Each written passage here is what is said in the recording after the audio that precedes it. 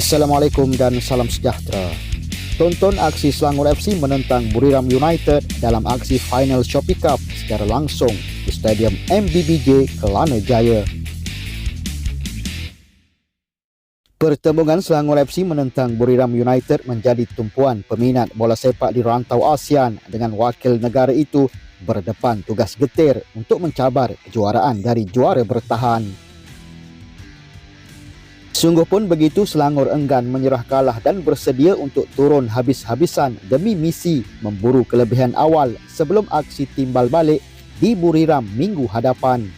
Buriram United pula terbang ke Malaysia tanpa dua tonggak utama iaitu Gurhilme Bisoli dan Goran Gausit yang ketika ini digantung perlawanan gara-gara kad merah semasa aksi yang lalu.